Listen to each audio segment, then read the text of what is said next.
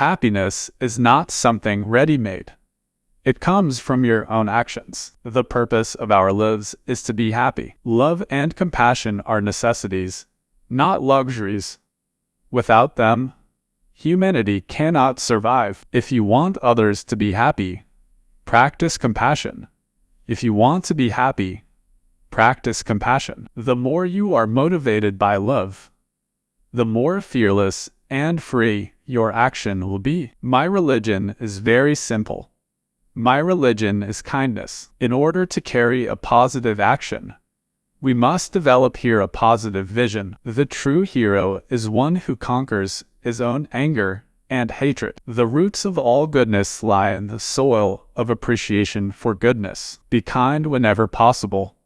It is always possible. We can never obtain peace in the outer world until we make peace with ourselves. If you can, help others. If you cannot do that, at least do not harm them. The purpose of all the major religious traditions is not to construct big temples on the outside, but to create temples of goodness and compassion inside, in our hearts. Compassion and tolerance are not a sign of weakness, but a sign of strength. Anger or hatred is like a fisherman's hook.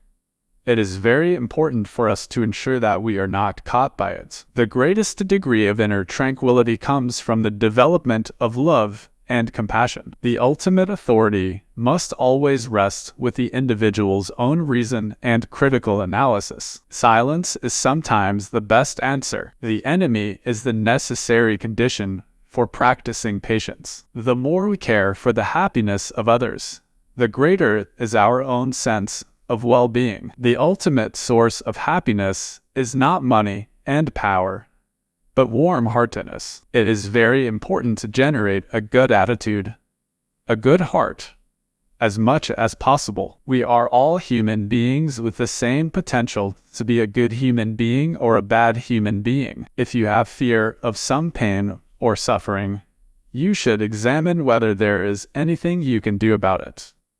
If you can, there is no need to worry about it. If you cannot do anything, then there is also no need to worry. When we meet real tragedy in life, we can react in two ways, either by losing hope and falling into self-destructive habits, or by using the challenge to find our inner strength. We can live without religion and meditation, but we cannot survive without human affection. The true test of spirituality is not religious affiliation, but rather how one lives their life and treats others. The more we reduce our inequalities in wealth and education, the more we reduce the inequalities in health. We must recognize that the suffering of one person or one nation is the suffering of humanity. If we can cultivate a concern for others, keeping in mind the oneness of humanity, we can build a more compassionate